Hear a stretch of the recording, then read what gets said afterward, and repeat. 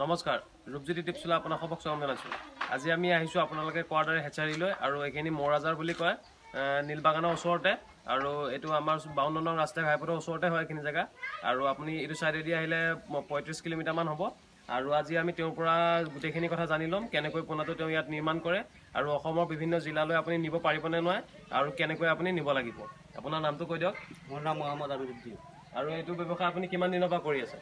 কৰি আছোঁ 5-6 বছৰমান। আৰু পোনাটো আমি কি মাহত পাম ইয়াৰ পৰা নিবলৈ হ'লে? ফেব্ৰুৱাৰী মাহত এপ্ৰিলত পাব। ফেব্ৰুৱাৰী বা এপ্ৰিলৰ ভিতৰত পাই যাম। আৰু পোনাটো কিমান দিনৰ ভিতৰত আমি নিলে ভাল, মানে কিমান দিনৰ পোনা নিলে আমি বেছি ভাল? আপুনি পোনা নিব, ডাঙৰ পোনা নিব নেকি সৰু পোৱালি নিব?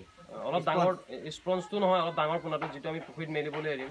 ডাঙৰ পোনা মই ফিচাৰীত পেলাওঁ 3 মাহ 2 মাহ এমাহ পিছতে বিক্ৰী কৰোঁ। এমাহ মানে 4 ইঞ্চি হৈ যাব। 3 ইঞ্চি 3 ইঞ্চিৰ ওপৰত হ'লে আমি পুখুৰী দিব পৰা হৈছে আৰু এইটো ভাল কোৱালিটিৰ পোনা হয়নে? অঁ, ভাল কোৱালিটি। আৰু আমি অসমৰ বিভিন্ন জিলালৈ নিব পাৰিম। আপুনি নিব পাৰিব, মই দি আছোঁ।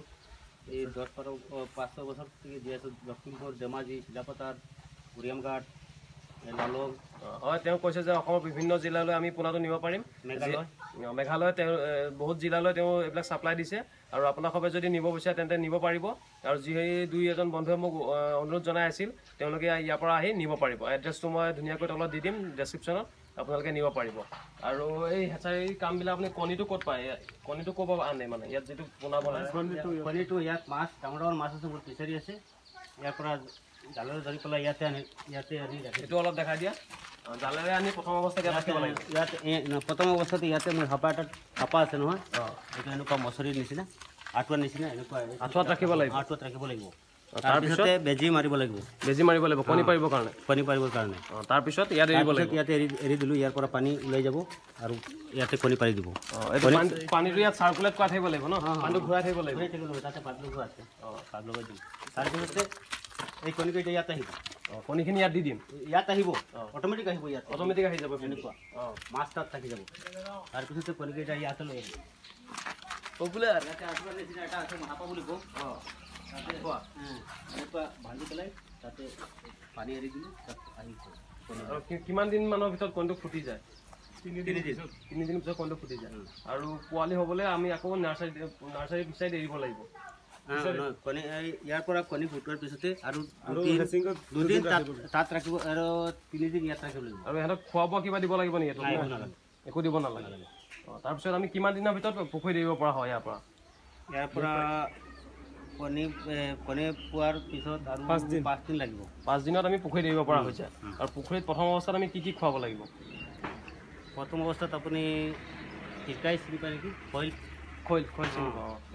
অলপ দিব লাগে। অলপ দিব লাগে। তাৰপিছতে মাছৰ পোৱালিবিলাক ডাঙৰ হ'ব। তাৰপিছত আপুনি অলপ বঢ়াব লাগিব। আৰু পুখুৰীটো চাফ চিকুণ আমি কেনেকৈ কৰিব লাগে? প্ৰথম অৱস্থাত যেতিয়া আমি স্পনটো তাত এৰিম, পুখুৰীটো আমি কেনেকৈ চাফ চিকুণ কৰিব লাগে? যিহেতু তাত কীট পতংগ বা ভেকুলী বেছি থাকিব পাৰে। আপুনি পানীটো সিঁচি ল'ব লাগিব, চেঞ্জ কৰিব লাগিব। তাৰপিছতে আপুনি চূণ আছে নহয়, চূণ মাৰিব লাগিব।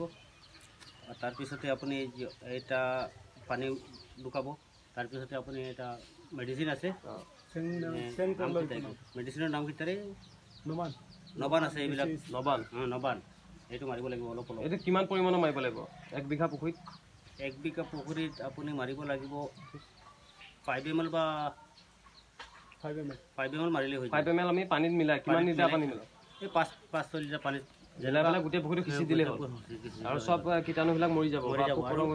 ইয়াৰ পিছত আপুনি 1 দিন বা 2 দিন পাছতে স্পঞ্জ এৰিব লাগিব। স্পঞ্জটো এৰিব পাৰিম 2 দিনৰ পিছতে। তাৰপিছত স্পঞ্জটো ইয়াৰ পিছত আমি কিমান দিনৰ ভিতৰত পোনাটো বেচিব পৰা হ'ব? এমাহ। ইয়াৰ পৰা আকৌ ওলাব লাগিব আপুনি। তাৰ পৰা আকৌ বেলেগ ফিচাৰীলৈ দিব লাগিব।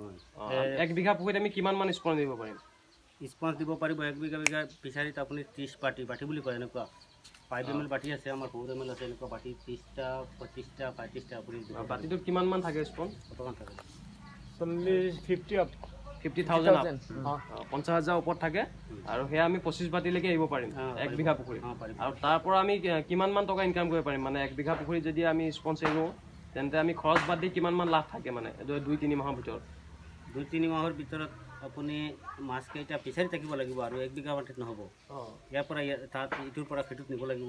3টামান ফিচাৰী আমাক লাগিব একেলগে? 3টামান লাগিব। 3টামানৰ পৰা ডাঙৰ হ'ব, যেতিয়া বেছি হৈ যাব ইয়াৰ পৰা অলপ কমাব লাগিব পাতল কৰি দিব লাগিব 1 লাখ মান হ'ব 1 লাখ মান টকা আমি বেচিব পাৰিম উপাৰ্জন কৰিব পাৰিব মানে 3টা পুখুৰী যদি আমাৰ থাকে আৰু স্পঞ্জ যদি আমি 30 বাটি মান এৰো 1 লাখ টকাৰ ওপৰত আমি ইনকাম কৰিব পাৰিম আৰু বাটিটোৰ দামটো কিমান বাটিটোৰ দাম এতিয়া চলি আছে 500 600 500 বা 600 ভিতৰত হয় আপ ডাউন হৈ থাকে 300 টকা হ'ব আৰু এইটো আপোনালোকে গেছ চিষ্টেমত দিব যাতে পোনাটো নমৰে ইয়াত সুন্দৰ সুবিধা আছে আপোনালোকে যদি নিব বিচাৰে তেন্তে নিব পাৰে 3 পৰা 4টা পুখুৰীৰ প্ৰয়োজন হয় প্ৰথম অৱস্থাত আৰু 3 পৰা 4 মাহৰ ভিতৰতে আপুনি পোনাখিনি বেচিব পৰা হৈ যায় আৰু সেই পোনা যদি আপুনি নিব বিচাৰে তেন্তে ইয়াৰ পৰা নিব পাৰে তেওঁলোকে যিহেতু খলি হৈ খুৱাই সুন্দৰ পোনা ইয়াত উৎপাদন কৰে আৰু সেই পোনাখিনি আপুনি অসমৰ বিভিন্ন জিলালৈ নিব পাৰিব কোনো প্ৰব্লেম নাই আৰু গাড়ী লৈ আহিলে আপুনি ত্ৰিপাল চিষ্টেমত নিব পাৰিব আৰু স্পঞ্জটো নিলে তেওঁলোকে গেছ চিষ্টেমত আপোনাৰ পোনাটো ব্যৱস্থা কৰি দিব আৰু ভিডিঅ'টো আজিলৈ ইমানেই আৰু নেক্সট ভিডিঅ' আমি আগলৈকে আপোনালোকৰ বাবে লৈ আহি থাকিম আৰু ভিডিঅ'টো ভাল লাগিলে লাইক কৰিব কমেণ্ট কৰিব পাৰে যিমান প্ৰশ্ন থাকে আপোনাৰ খবৰ